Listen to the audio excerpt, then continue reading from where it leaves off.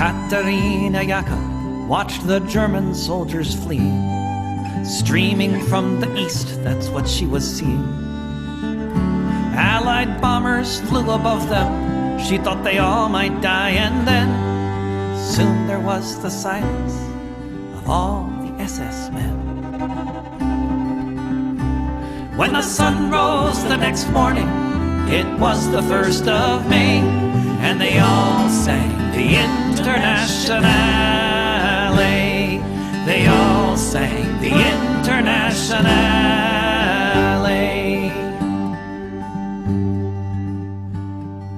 Katerina Yaka saw red flags flapping in the breeze above the Russian tanks, and she fell upon her knees.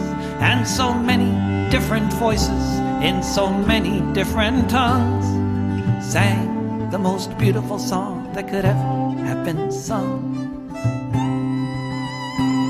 In German, Lithuanian, in Polish and in Dutch, a myriad of melodies has never had been such.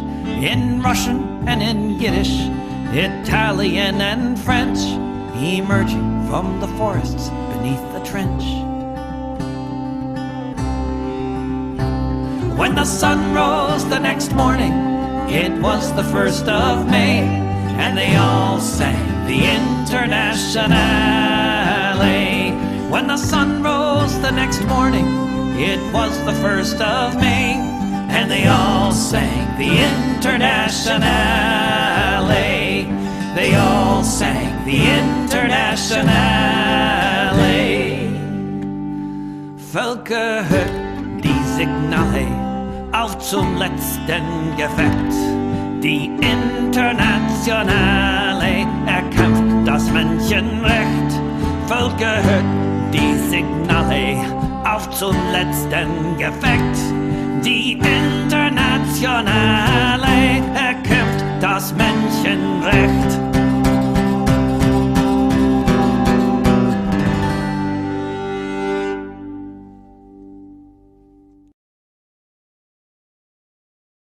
Hi, and welcome to Revolutionary Socialist Review for April 15th, 2021. We're excited about this one and raring to go. We hope you are as well, our loyal audience.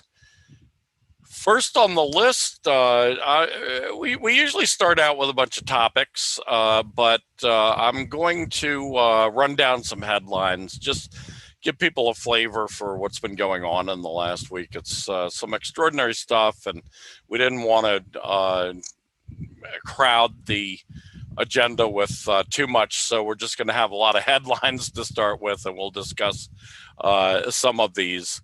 And in the meantime, allow me to introduce myself. I'm Chris Driscoll, and also with me is Rainer Shea. Hello, Rainer. How are you?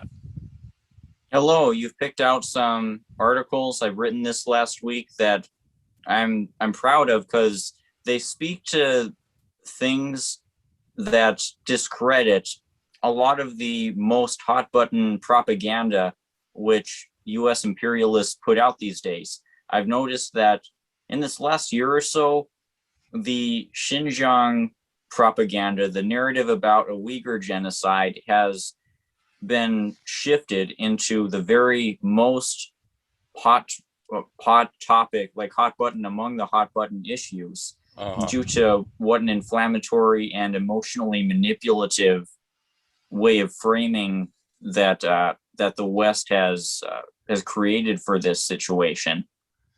And I'm trying to show people that it's really the total opposite of what the media has told them to be. Yeah. So Xinjiang is on the topic a couple times. I mean, on a topic a few times tonight, and the focus of one of your articles. So definitely looking forward to that. And in the meantime, I am just going to run down, as I mentioned a few minutes ago, some headlines from some of our favorite alternative media.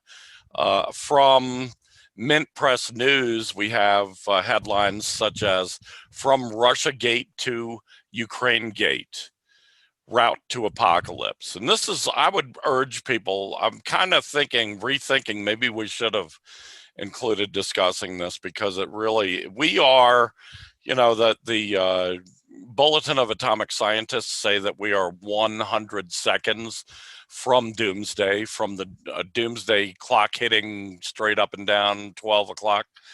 The first time in the history since 1962, when the doomsday clock was begun by the Bulletin of Atomic Scientists. And this shit that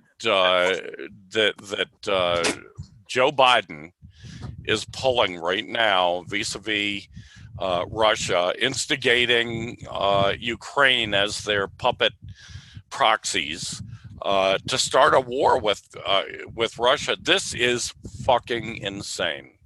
Literally fucking insane.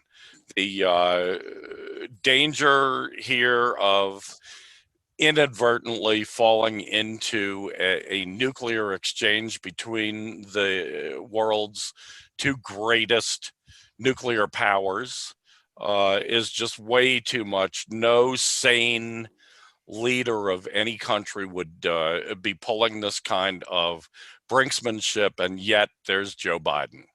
It's amazing to me that people voted for this piece of human garbage. He's got a 48 year long career of criminal activities on behalf of the capitalist ruling class. So anyway, that's something from Mint News. Also from Mint News, an interesting article: Moth-Eaten eviction moratorium leaves hundreds of thousands without a roof. And that's something that's they're kicking the can down the road, but sooner or later that can is going to land, it's going to stop, and all shit's going to break loose. From the Greanville Post, William Ramsey Clark, the passing of a great man. Ramsey Clark, former Attorney General of the United States, stupendous anti-imperialism activist. This is a guy who, his father was a Supreme Court member, Supreme Court justice. So he really went through a voyage in his own life, a journey in his own life towards supporting a revolutionary look at the world. And it's a sad thing. I think he was 88 years old, if I'm not mistaken. Might have even been older than that. I'm not too sure. Anyway, there's that article on Greanville Post. There's also War Against Syria, Part 4. This guy, in quotes, dismantling Western disinformation on Bashar al-Assad. Now, we've talked about this ad nauseum over and over again, what's going on in Syria, another proxy war of the American empire. And this article looks like it does a good job of explaining it.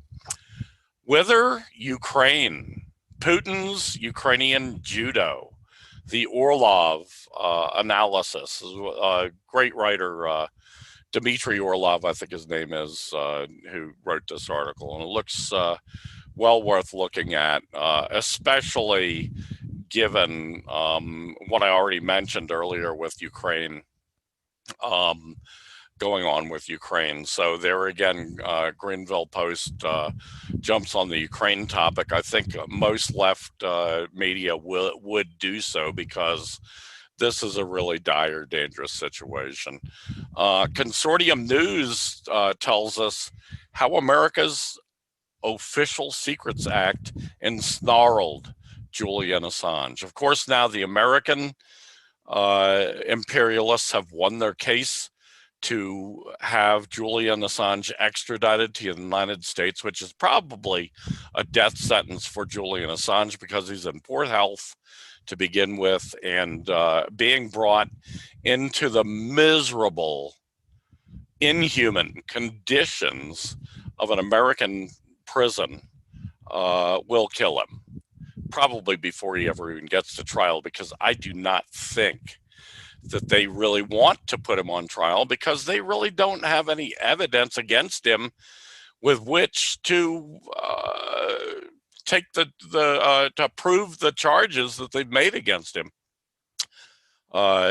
Anyway, that's sad news for us. We'll have to keep Julian Assange on the top of our radar, and look out for what happens once he is dragged back, or I shouldn't say back, he's dragged into the United States, a place where he never committed any crime. You know, that's insane. Life inside the weird world of Bernie Madoff. Of course, Bernie Madoff died this past week too.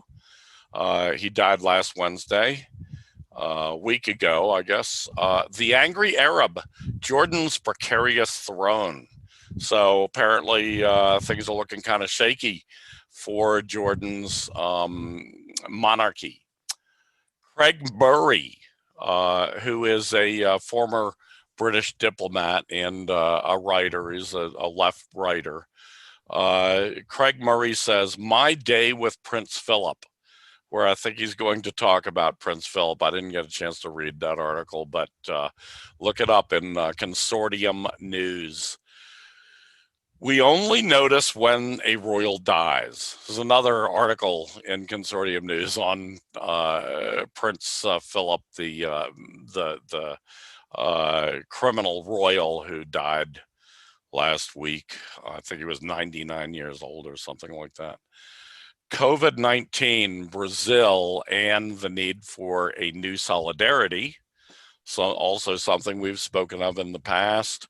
U.S.-funded Uyghur activists train as soldiers of empire. Touches close to what we'll be dealing with tonight. From the Party of Socialism and Liberation, Liberation News, which is their online newspaper, the 60th anniversary of the Cuban defeat of the U.S. invasion at Playa Girón. And of course, Americans know Playa Girón as the Bay of Pigs.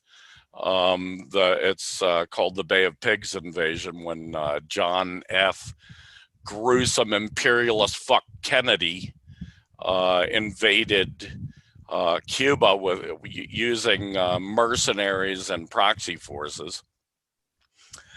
So today is the 60th anniversary of the defeat of the U.S. invasion. What a wonderful day that must have been 60 years ago. I was only 5 years old then. I was, or 7 years old. I was totally unaware that it was going on. But the Bay of Pigs incident, it was really a big lift for liberation struggles everywhere. It was a big lift for socialism, for Marxism, Leninism, for authentic socialists, in other words, revolutionary socialists, for communists. It was a huge, huge lift for all of us. Chinese people boycotting the Xinjiang cotton boycotters. So, I mean, there's these people who are boycotting cotton, you know, basically bourgeois clothing manufacturers, sweatshop type manufacturers, and they're boycotting Xinjiang cotton.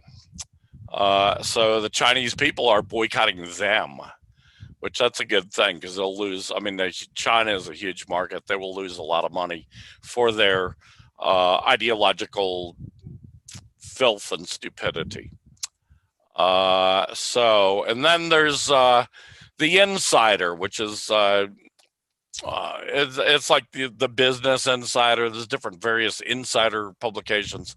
Anyway, they have one. Russia joins China and South Korea in expressing serious concern at Japan's plan to release wastewater from Fukushima nuclear disaster. Now, this has got people all over the world hot and bothered because the Japanese have announced that they plan to release more of this poison water. And the times that they've done this before, it released huge amounts of radioactive water into the Pacific Ocean. Who knows how much aquatic life they killed with this, in a decent world, these Japanese criminals, Japanese officials, would be dragged out of Japan and put on trial in The Hague for crimes against humanity. But that's just me. What do you think, Rainer? Anything jump out at you? What jumps out at me is the Ukraine war, where history is repeating itself. This reminds me so much of the war that the fascists in that area, general region in Europe, built up towards with the purpose of invading Russia. And I saw a headline today about how US Nazis are going to Ukraine to fight wars on behalf of this proxy regime, this fascist proxy regime that was installed by Washington. And it's depressing when you think about it, because these people, these pathetic drones of imperialism are fighting for the geopolitical advancement, geopolitical point scoring within the Russia-US Cold War that's broken out in these last 10 years. So Nazism is something to contemplate, because the worldview that these people have is so nihilistic, so opposed to humanity, so detached from reality, that this is what they want to do with their lives: fight as cannon fodder for NATO. Yeah, this is so astounding to me. If Americans knew, and apparently most Americans don't, but if the Americans knew that Barack Obama installed a Nazi regime in Kiev, in the capital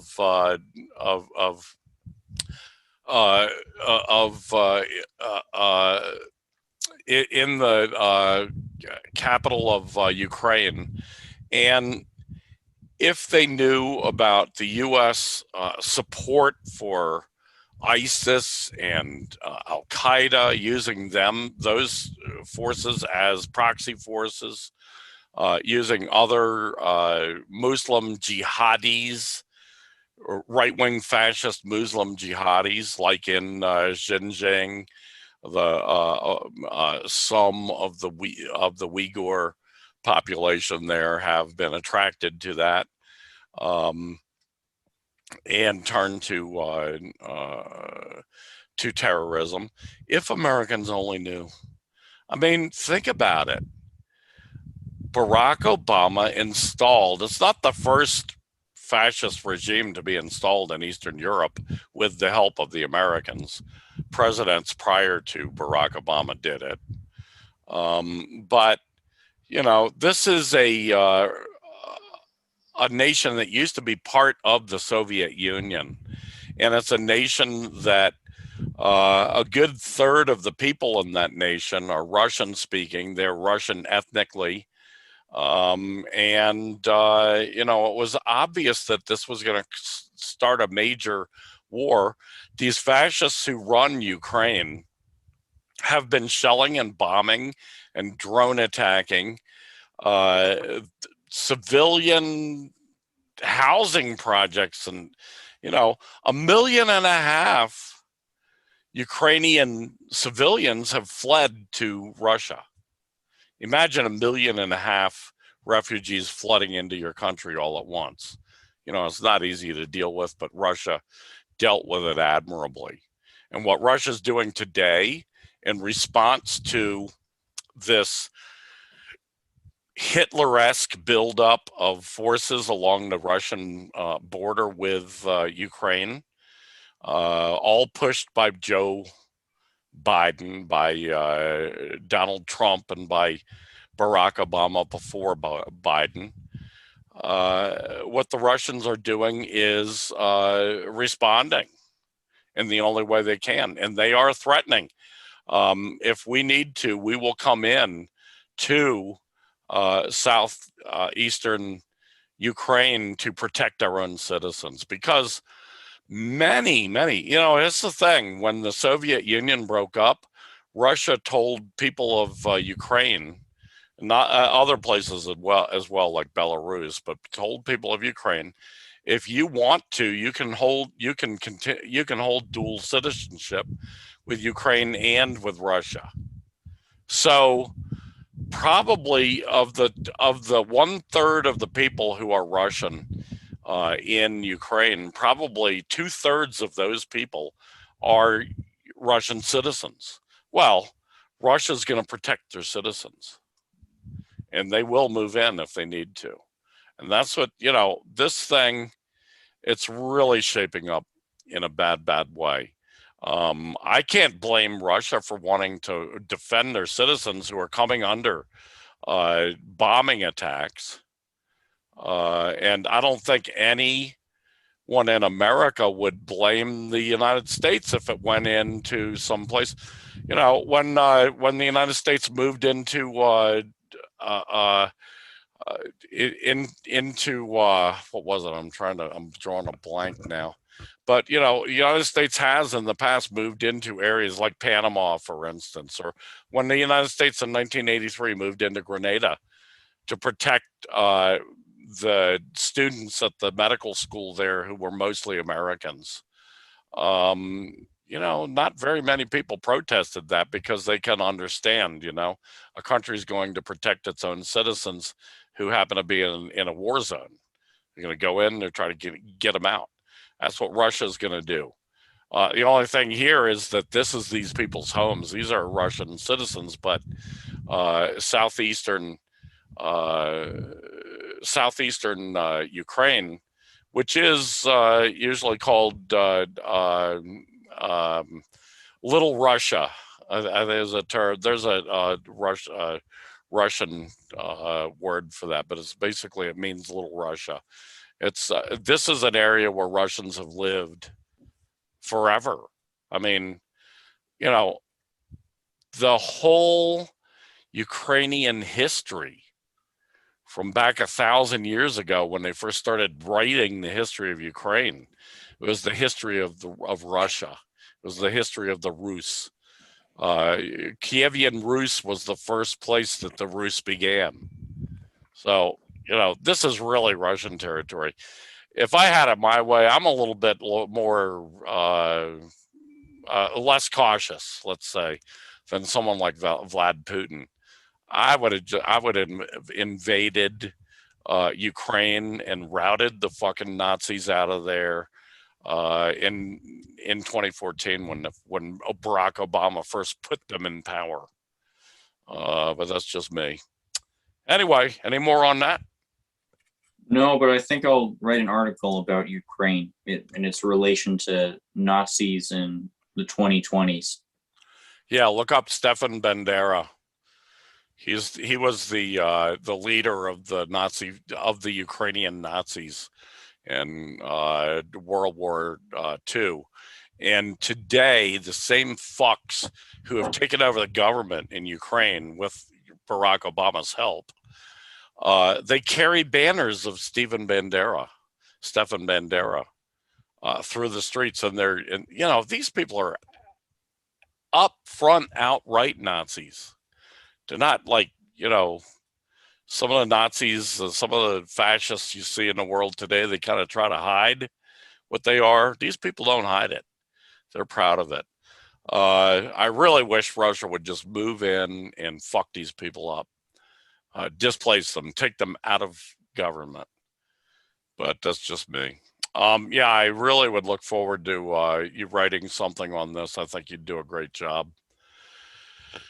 Okay, next on the list we have water wars loom amid climate collapse and imperialist schemes by Rainer Shea. Take it away, Rainer Shea. There was a clip from this last month where Kamala Harris was talking about how, I've been in lots of private military meetings, and I know that wars have been fought over oil for generations. Soon they're going to be fought over water.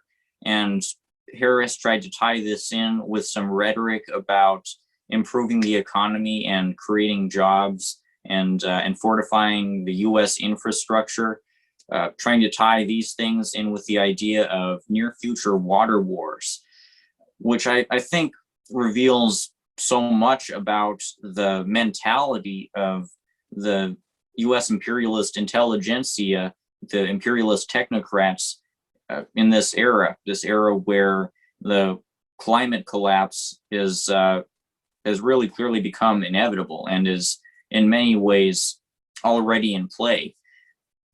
Kamala Harris just revealed that the imperialists totally expect for water wars to happen, and they expect us to accept these wars as necessary for the survival of the population. I think Kamala Harris also mentioned the word survival, or rather lifeline, something like that, like portraying these wars as absolutely necessary and unavoidable for the humanitarian well-being of the people in this country. But this is BS. It's as much BS as the oil wars have been. Really, if we didn't have this kleptocratic system that is commodifying water and making water needlessly scarce and privatizing and exploiting pretty much every resource imaginable, making the population far poorer than they would be under socialism. If we didn't have this late stage capitalist neoliberal system that's manufacturing this scarcity, then these water wars would not be necessary. I think it's going to be interesting to see how the U.S. and China, for example, navigate the climate crisis, the crises we're going to face in these next few decades. Because I expect for China, despite having several times more people than the U.S., to not enter into water wars, and this is going to be because of the fundamental difference between socialism and capitalism, especially in this dire point for capitalism, where there's such a declining rate of profits that the capitalist class finds it necessary to enact increasingly brutal austerity and privatization and wage cuts upon the population, while at the same time scheming for water wars. This is a really despicable design that the imperialists are preparing to carry out, and they're already trying to portray it as necessary and unavoidable, as we just saw with Kamala Harris's comment, but it is avoidable. It is avoidable. Absolutely. We've been seeing this for a couple of decades now, this privatization of water. It's getting more and more serious because as the water is privatized, all of a sudden, while there used to be enough potable water pretty much for everybody in the world, no longer is that the case. And it's not because of a shortage of water, it's because of a shortage of human decency.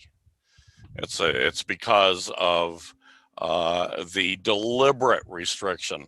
You know, I remember in 2011 when Barack Obama destroyed Libya, deliberately destroyed Libya.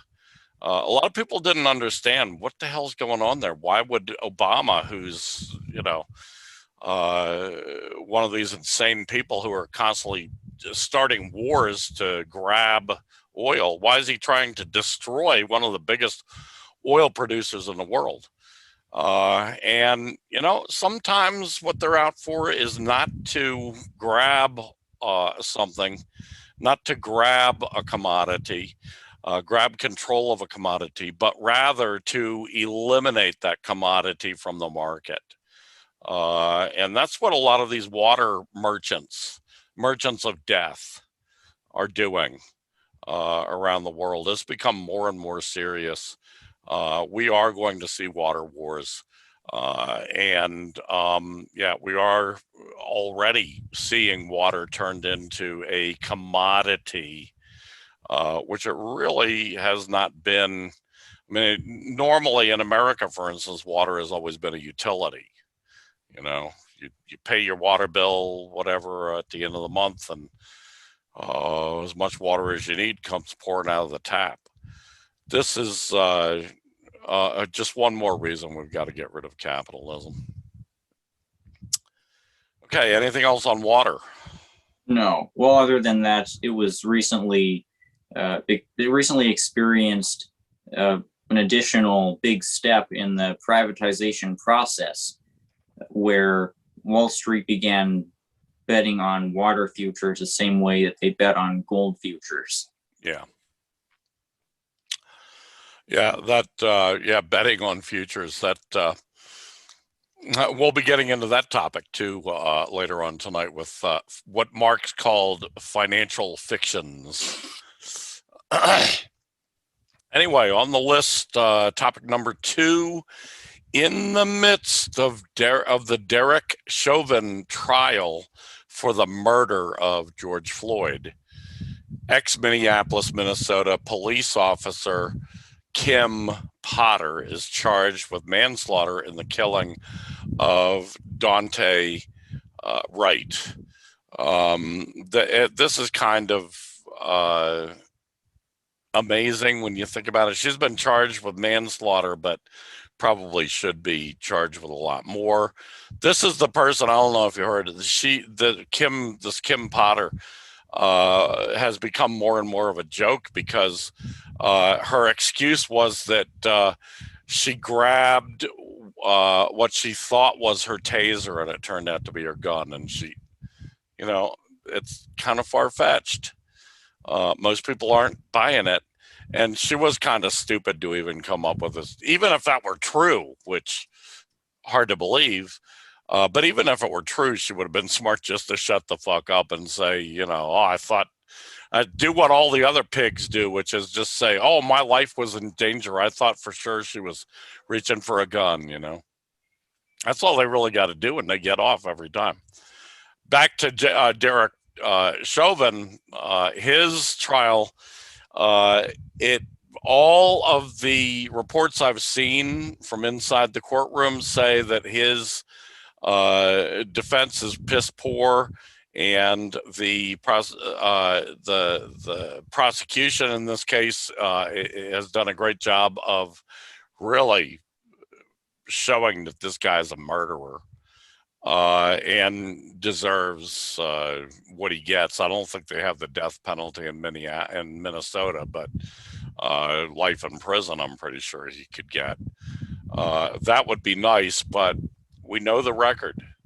We know that most of these murdering pigs do not go to jail at all for their crimes. So there you have it.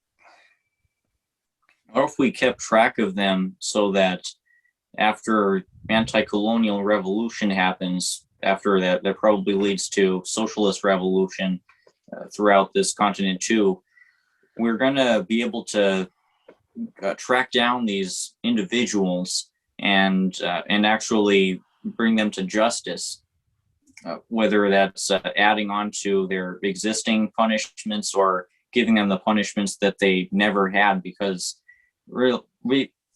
it's so apparent that justice does not exist within the United States.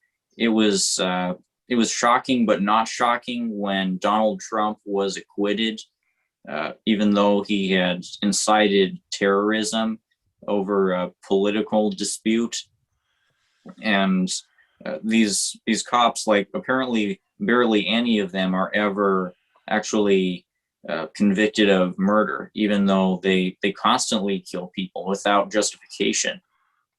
2 to 3% is the figure of the murderers are ever even brought to trial, much less convicted. Okay, next on the list, violence, late stage capitalist nihilism, and American decline. Take it away, Rainer Shea. In recent weeks, mass shootings have become back on the radar of U.S. public consciousness because apparently mass shootings, well over 130 people, I think have died from mass shootings, or that might actually be the number of mass shootings that have occurred throughout 2021 so far. I don't remember. That's probably the number, because they typically they're happening once a day, a day. So that sounds more to what I know. This builds upon a trend within this last half century where, out of all the mass shootings in the U.S. since 1966, more than half of them have taken place since 2000, and more than a third have taken place since 2010. And I'm wondering what's the source of this? What are the social ills behind why all of these people, or seemingly pretty much all white men, have decided to throw their lives away and make the choice to become shooters? And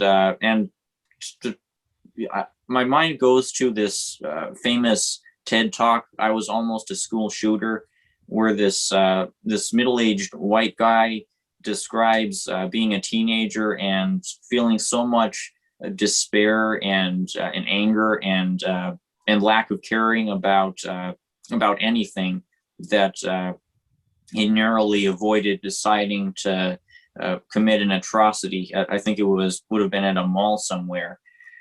So these are the kinds of this is the kind of state that one finds oneself in when they decide to go to this place of committing a random mass shooting. Though there are also the ideologically motivated ones, like the Christchurch shooter, this synagogue shooter, have done it for racist reasons, like to start a race war. Seems like for the most part, though, it's just nihilism. White guys who don't even know why they're doing it, seemingly, or rather don't see any reason not to. And they see that perceived negative in their minds as justification for committing an atrocity, taking out their delirium or lack of optimism against totally random innocent people. And you could definitely argue that this increase of nihilism, this increase of a lack of hope, to the extent that someone could go to this extreme, is a symptom of the increasing inequality in our society, as well as the proliferation of violence in the consciousness of veterans, especially as a result of America's endless war paradigm. So the way I see it, the social ills behind this are mainly late stage capitalist neoliberalism, the cruelty of neoliberal austerity combined with America's endless war paradigm that's ramped up since 9/11. I don't know if the Afghanistan war is actually going to end this year.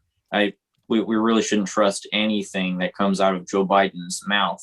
Right. So this is the paradigm that our society lives in. And apparently this specific type of person, the white males, they tend to be the ones who come to the conclusion that that they should kill random people as a way of coping with the pain that they feel. It's interesting that no other demographic tends to go to this place. Yeah.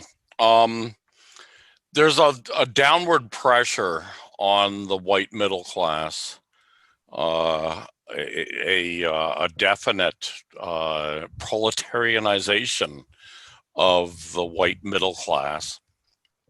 And most white people, there aren't really very many white working class people. I mean, there are white working class people, but they're a minority. I would say that if you took the working class as a whole, which is about 70% of the American public, probably less than 20% of those people are white, because most white people find a way somehow or another to move into some, at least a low-level middle-class position, some managerial or supervisory kind of position. So there's this downward pressure on them. And they're like, I don't know if you've ever seen that cartoon where you have three chimpanzees and a little one, a middle-sized one, and a big one. And the big one turns and smacks the middle-sized one in the head. And the middle-sized one, I mean, if it had any brains, it would smack the big one. But no, it turns and smacks the small one. You know, I think there's a lot of dynamic of that going on. A lot of this has to do with, why does it start now? It started now because of neoliberalism, because of the decline of the US-led imperial system. That's a big part of it. It also starts because the decline of the US imperial system has led to the US empire being engaged in a lot more warfare. So it just spreads this kind of warfare mentality, this kind of violence mentality. Those are my thoughts on the issue, but you know, it has a lot of, you know, really, even though the serial killings, mass killings are disturbing, they're really a very small part of the number of people in America who die of gun and knife and bludgeon violence every year.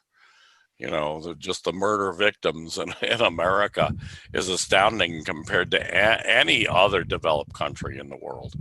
Every other developed country has a lower, you know, I mean, I often tell people about about Switzerland. In Switzerland, anybody over the age of 19 or 19 and over has to join the military. They have to join the militia system, and the militia system's a citizen militia that's made up of pretty much everybody. Every male has to join, and many, probably about a third of the females volunteer to join. So a part of that militia system is that they the military personnel, who are basically weekend warriors, I mean, they work for a living and then they're in the militia on the side. They have to keep, it's part of the law, they have to keep their fully automatic combat ready rifle at home. And so if you just want with households with guns, Switzerland has as many households with guns as the United States does. Not as many guns per capita because, you know, they just have their one gun. That's all they need. It's automatic. Americans aren't allowed to own automatic weapons since 1934. So, you know, all this brouhaha about assault weapons, you know, the thing that that the liberals are all going about assault weapons. There's nothing, you know, really standoutish about assault weapons other than the way they're colored and the way they're shaped. There's just semi-automatic rifles, just like any normal hunting rifle that you'd get, is a semi-automatic hunting rifle. You know, so the Americans are making this big brouhaha over that.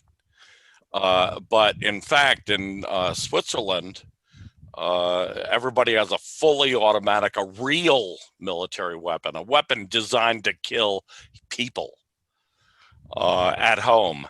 And yet, Switzerland per capita has 1/10 the murder rate of the United States. So go explain that. It has something to do not with the character. A lot of people would tell you it's the American, Wild West thinking of blah blah blah. It's has to do with the leadership of the capitalist ruling class, which controls America. It's how they want it. They want a violent society because that is what is required for them and for their empire at this stage. Those are my thoughts. Anyway, next on the list, financial fictions, old and new. Now this one, it comes from two articles. It's a part one and a part two by Michael Roberts. I've told people lots about Michael Roberts. He's my favorite Marxist economist. And he wrote these two articles, the part one and the part two, about the financial instruments. So really interesting stuff going on here. And it really shows the weak underbelly of the capitalist system these days. Anyway, as I said, Marx called it fictitious capital. That is, financial assets like bonds, stocks, property, credit, and so-called derivatives of these. And these are the words of Michael Roberts that I'm reading from these articles. Derivatives are bundled investment opportunities in which one buys and sells options on the bonds, stocks, property, credit, so forth, which many borrow from banks to pay for. They pay for these options and they can hold on to the option as long as they want and sell the option when they need to. But if the banks call in these options, and Michael Roberts talks about some people that he used to work with whose hedge fund went under recently and how that came about. And a lot of it had to do with they were borrowing from 5 banks on the same option. So they're borrowing from 5 banks to pay for their option to buy these stocks. But then if the banks catch on that one another, I mean, if the option, if the stock, or let's, as an example, goes south, if it tanks, and that person loses all his money on that option, the bank gets stuck paying, because the guy got a loan from the bank. If the guy goes bankrupt, if the financial shenanigans wheeler and dealer goes bankrupt, which is likely to happen. That's what happened in this case of this big hedge fund in Britain that Michael Roberts had worked with one of the founders of like 35 years ago when he first got out of school.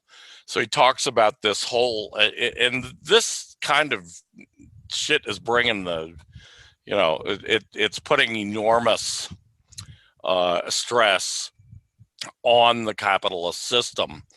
So in other words, you are not really buying, for example, the stock, but just buying the option to buy the stock. It's risky because if the option is called in, you're stuck paying the bill, and it gets to be, it's like the shit hits the fan.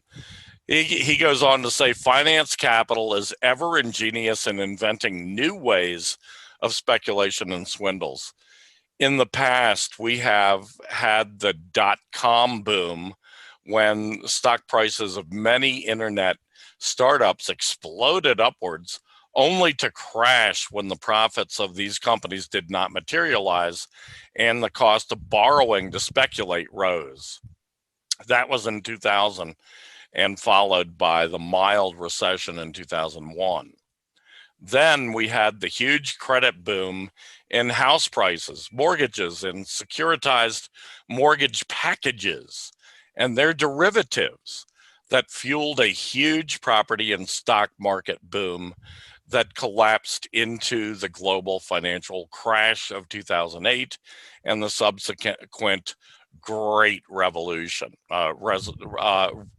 Great Recession. That was followed by a massive injection of central bank money with low to zero interest rates and quantitative easing, leading to a further rise in stock and bond markets up to record highs. The COVID slump only led central banks to doubling down on quantitative easing. That is helicopter money. They just shower money over the whole system by basically by creating it out of thin air, by creating it by issuing credit where there's nothing substantial. There's no gold certainly backing that those issuances of credit that the banks do. Anyway, that's quantitative easing. To keep prices of they did that to keep prices of financial assets rising, while the real economy based on profitability and investment in productive assets stagnated. In the 21st century world of easy money borrowing, there have been a spate of new fictions in the casino world of finance speculation, new derivative instruments. First, there are the SPACs, S-P-A-C-S, Special Purpose Acquisition Vehicles. These are so-called blank checks. Companies, banks, and other hedge funds invest in a SPAC which owns nothing but promises investors that the SPAC will buy a privately owned company, then take it to the stock market, in which it is called, an initial public offering, selling shares to the public. If the IPO, initial public offering, leads to higher price, then the investment in the SPAC, then to higher price, leads to a higher price than the investment in the SPAC, everyone makes a profit. And if not, then they don't. Then there are NFTs, or non-fungible tokens. They come up with some odd names for this stuff. What in the hell are these, you might ask? NFTs are digital financial assets stored on blockchains, digital codes. You can convert anything into an NFT to try to sell it. Christie's has already auctioned an NFT digitally coded artwork for $70 million. An Oscar-nominated movie has been released as an NFT, and so on. But what is being sold is just one unique blockchain representation of the artwork, not the actual artwork in and of itself.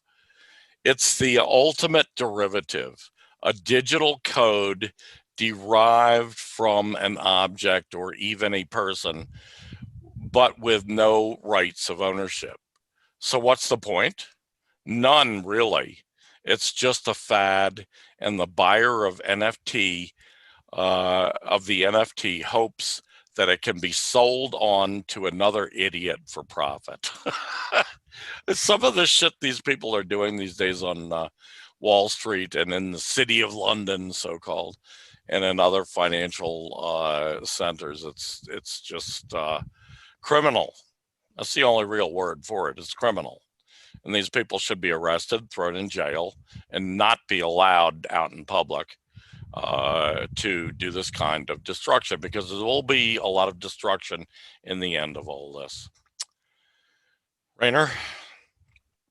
When you say there will be lots of destruction in the end of all this, I mean, you're pretty vague, but as a Marxist, I can definitely get a sense of what you mean. What you mean is an intensification of the stagnation process, intensification of the economic anemia that our economy has been experiencing, where something is going to give, where our economy, I've heard it argued, has been subprimed, not just in the sense of real estate, but in the sense of every facet of our financial situation, like the credit card debt that Americans are living under, which is so infamously enormous, such a huge burden on the U.S. working class and the middle class that's getting dragged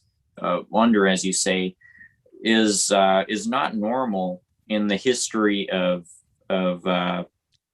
capitalism. Although of course debt has been exploited in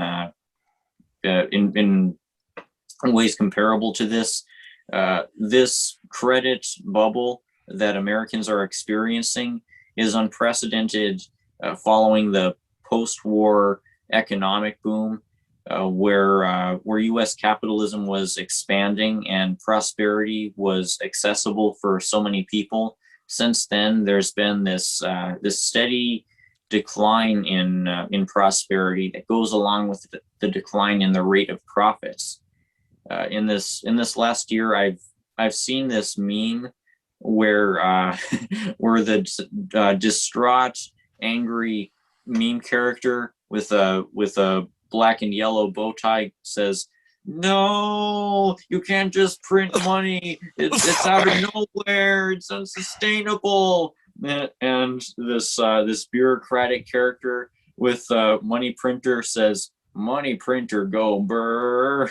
So that's how they win the argument for now, but that doesn't change the reality of this system's lack of sustainability. Yeah. Michael Roberts tells about one investor in this big hedge fund that his former coworker owned. Apparently, the former coworker started this hedge fund after he was no longer affiliated with Michael, with Michael Roberts. So, but anyway, he tells the story of Patel, who's one of the richest men in India. And he owns, among other things, he owns all kinds of shit you can imagine in India. But one of the things he owns is steel mills. And right now, because of the fall of this hedge fund, and because this guy, Patel, was heavily invested in that hedge fund, it's going to lead directly to mass layoffs in the steel mills of India. So it gives you an idea, when I say, that the hurt's coming back to us, it always does, because these pigs, these capitalist criminals, they always find a way to foist the cost of whatever idiot, bumbling, foolish thing they do onto the working class. So anyway, moving right along, we have anti-Chinese propaganda is about fortifying the U.S. empire. Rainer Shea.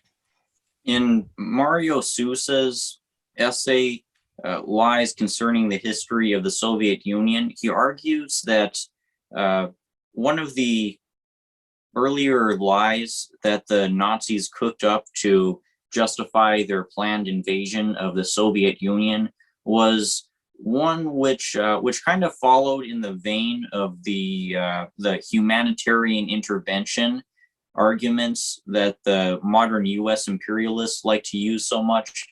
This was the argument that that the Soviet Union was abusing its people, that the Soviet Union had committed horrific genocidal crimes against the Ukrainians in the form of trying to starve Ukraine deliberately. So this was the basic idea that that the Nazis were trying to put forth in their fraudulent reports about what was going on in Ukraine, where they accused Stalin of deliberately engineering starvation within Ukraine, even though the main man-made reason for the famine in Ukraine was related to the selfish behavior of the petty capitalist farmers, the kulaks. And this story picked up steam when Hitler's friend, William Randolph Hearst, the famous media entrepreneur, used his massive platform that reached tens of millions of news readers to go with this lie, to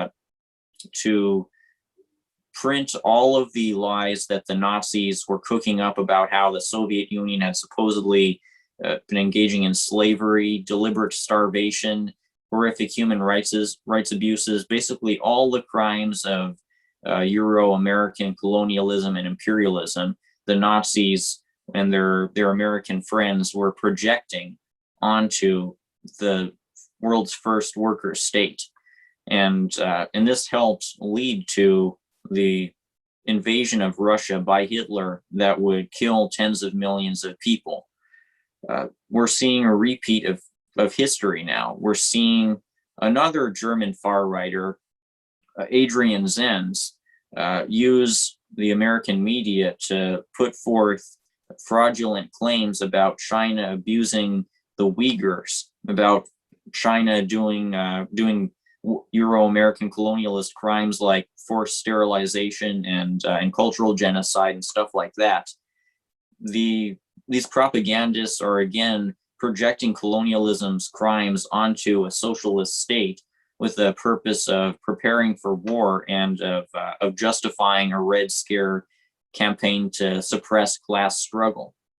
Because when you pay attention to political rhetoric around socialism these days, especially on Twitter, Facebook, etc., what you so often see is opportunistic, intellectually dishonest people trying to associate communists with genocide by claiming that that communists condone or deny a genocide that's supposedly happening in Western China. This claim again comes from fascists and is propagated by imperialists. And again, its purpose is to bring the world towards something like what happened with World War II. I mean, isn't it apparent after seeing all the perpetual military buildup that Biden is continuing against China and Washington's regular violations of China's sovereignty that we've discussed on this show? Seeing this alarming Cold War buildup, both against China and its allies like Russia, it's apparent that the fascists and the imperialists are trying to make history repeat itself. And again, their instrument for manufacturing consent for this war starts from this inflammatory accusation of genocide against a socialist power. Yeah, it's amazing what we've been talking about here. This is the same thing that the American empire is doing in Ukraine against the Russian Federation. You know, it's a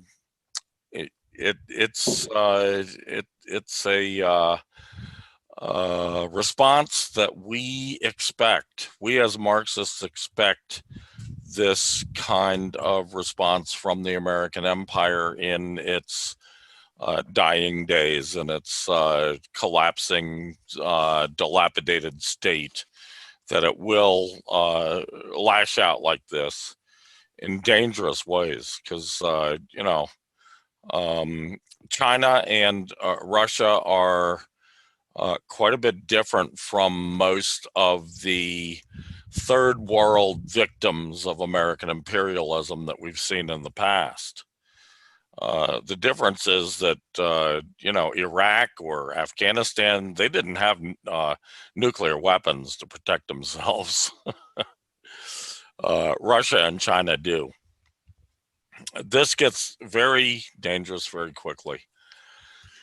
Okay, next on the list, also about China, how China has foiled imperialist subversion efforts in Xinjiang.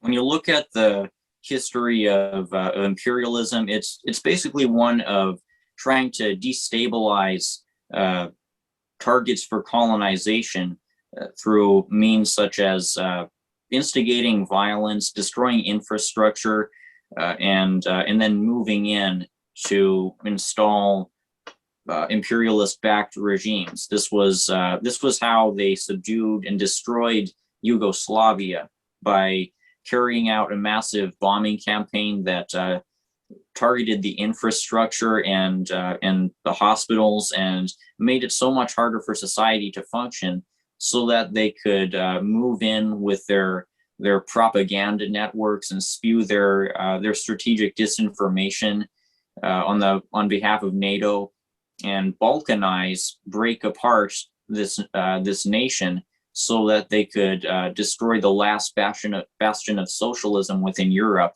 and bring neoliberalism to that place as well. And they're trying to do this in China. They've been trying to do this in China for decades through underhandedly manufacturing a pipeline of religious extremism stretching from Syria to Xinjiang, and assisted by Turkey, whose purpose is to foment religious hatred towards the Communist Party of China, that motivates these Muslims to commit acts of violence against their random fellow Chinese citizens.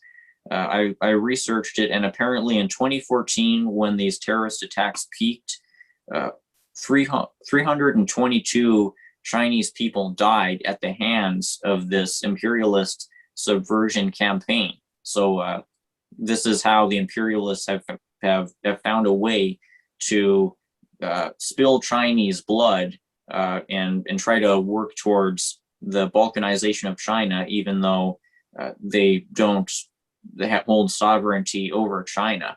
But in recent years, I think from 2017 onward, the Chinese government has put a stop to this bloodshed campaign, this destabilization campaign, by re-educating the radicalized individuals, like de-radicalizing them, making it so that they don't think they need to take up arms against their fellow citizens and spill the blood of the people in their communities for this crazy jihadist cause. Well, at the same time, China has been improving the material conditions of the Uyghurs, like has been the case for everyone else living under socialism with Chinese characteristics, so that these kinds of attacks will be made less likely. Because increasingly, the reality within Western China is looking like the exact opposite of the nightmarish necropolitical picture that the US imperialist propagandists paint of Xinjiang. In reality, Xinjiang has been benefiting from the economic development, the economic growth of socialism with Chinese characteristics. In this last year, China has reduced poverty, actually eliminated extreme poverty, in contrast to pretty much the entire capitalist world, where extreme poverty has increased by tens of millions overall. So with the combination of these tools, de-radicalization programs and anti-poverty programs, the Chinese government has made it so that it's pretty apparent these kinds of attacks won't happen again under their watch, both because so many of these radicalized people have been de-radicalized through these vocational programs, and because the contradictions existing within Chinese society, the problems of poverty and so forth, are being greatly reduced as China continues to develop. Like if these contradictions within Chinese society are slowly disappearing, it's slowly becoming less likely for the pitch of the American empire to work on these Muslims in China. The pitch that the American empire has put forth is that if you're a Muslim living in China, it's your responsibility to kill random people with the goal of fomenting civil war, because the Communist Party does not care about your interests. It wants only the worst for you, and you need to overthrow it. This argument is looking increasingly weak in the face of China's development.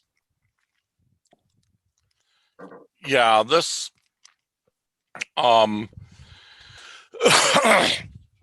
operation by the CIA and other nefarious actors has been going on for 15 years at least. And what they did is that they worked with radicalized right-wing fascistic jihadi groups from Xinjiang to recruit. First of all, they recruited people to go and join other jihadis from around the world to fight against Russia in the Caucasus and to fight against Syria, starting with Obama's proxy war against Syria, which started in 2011, was it? Yes. I think it's 2011. And then these elements have become battle hardened, and then they're sent back. And these groups, most of them are affiliates of ISIS or Al-Qaeda. And then they're sent back to Xinjiang, to the Uyghur,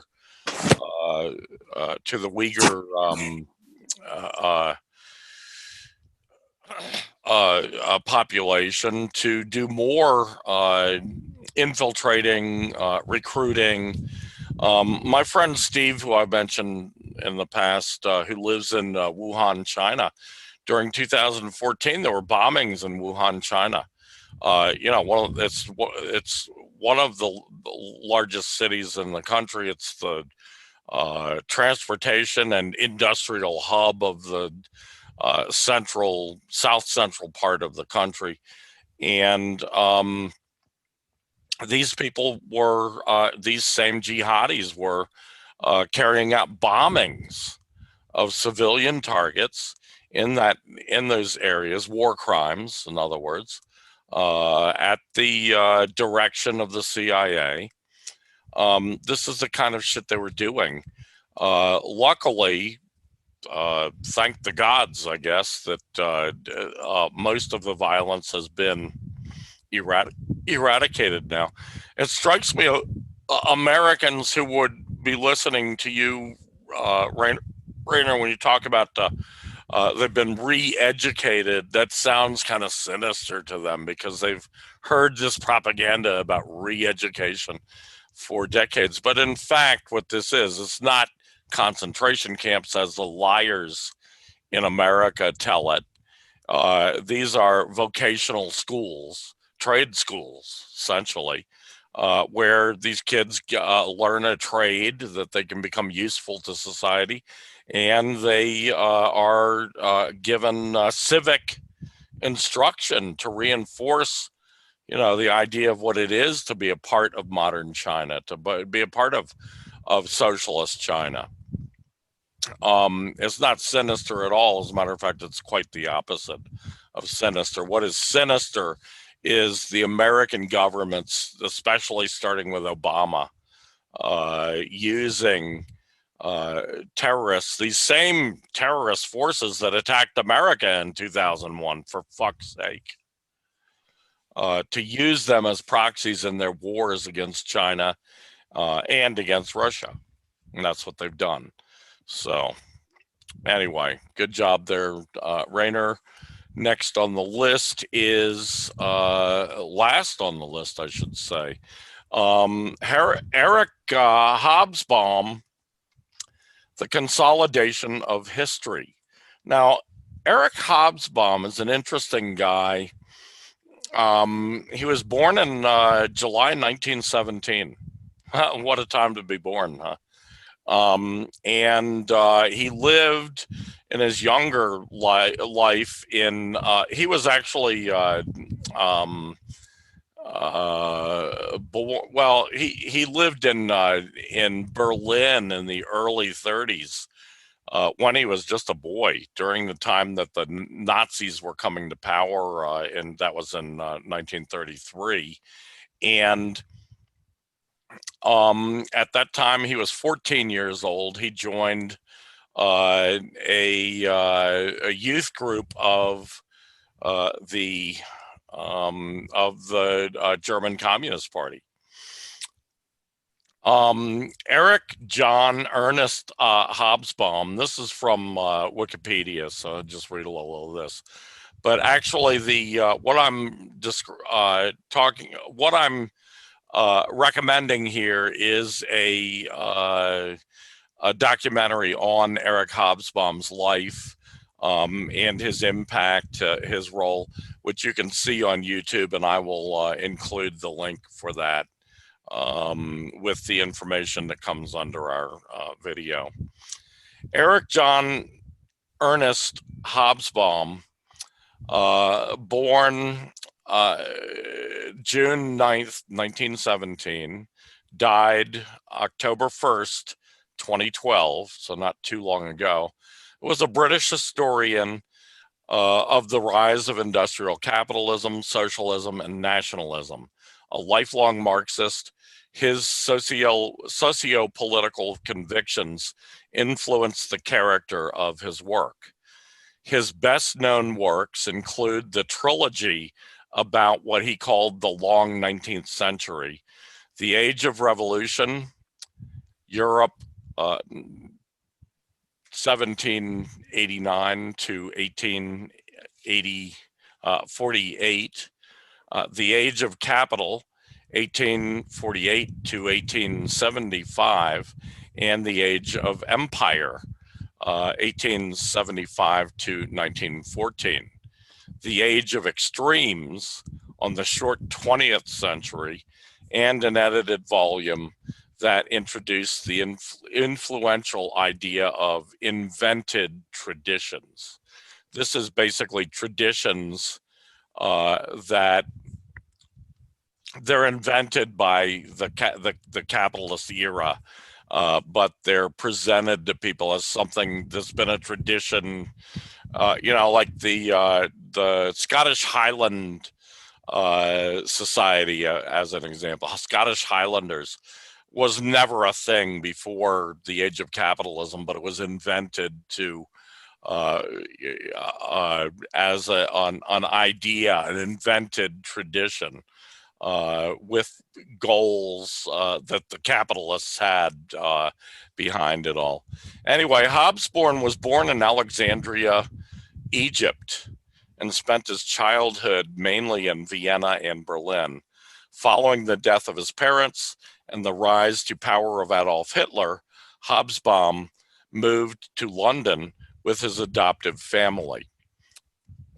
After serving in the Second World War, he obtained his PhD in history at the University of Cambridge. In 1998, he was appointed to the Order of Companions of Honor.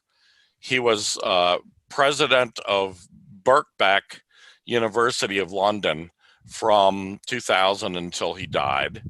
In 2003, he received the Balzan Prize for European History since 1900 for his brilliant analysis of the troubled history of the 20th century Europe, and for his ability to combine in-depth historical research with great literary talent. Hobsbawm joined the Association of Socialist Pupils, an offshoot of the Young Communist League, which was an affiliate of the German Communist Party, in Berlin in 1931. As I mentioned, he was 14 years old at the time. And the Communist Party of Great Britain in 1936. He was a member of the Communist Party Historians Group, which is a group of famous historians, very influential historians. And I should mention that at some times during the mid to late 20th century, Hobsbawm was considered the most popular historian in the world. So this is how influential he was. And, what a great, I've read a few of his books. I intend to read a lot more after having watched this documentary about him. So I'm recommending that people watch it. Finally, Hobsbawm was a prominent jazz critic for the London Review of Books, and an active participant in the London jazz scene. He was really into jazz.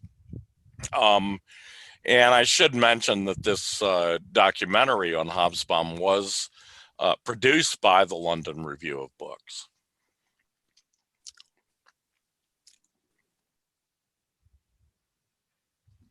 Now what? Pardon me? Now what's supposed to be the next part? No, that's it. The next part is go to YouTube and watch this video on his life. It's an incredible life. I mean, really. I mean, the kid, he was 14 years old in 1931, out on the streets of Berlin, tagging up, posters against Nazism, and a very, very interesting guy. I don't agree with everything he thought and everything he said, but he made an enormous contribution to the science of history, especially in the 19th and 20th centuries. I would say his four books about the 19th and 20th centuries, about the rise of industrial capitalism and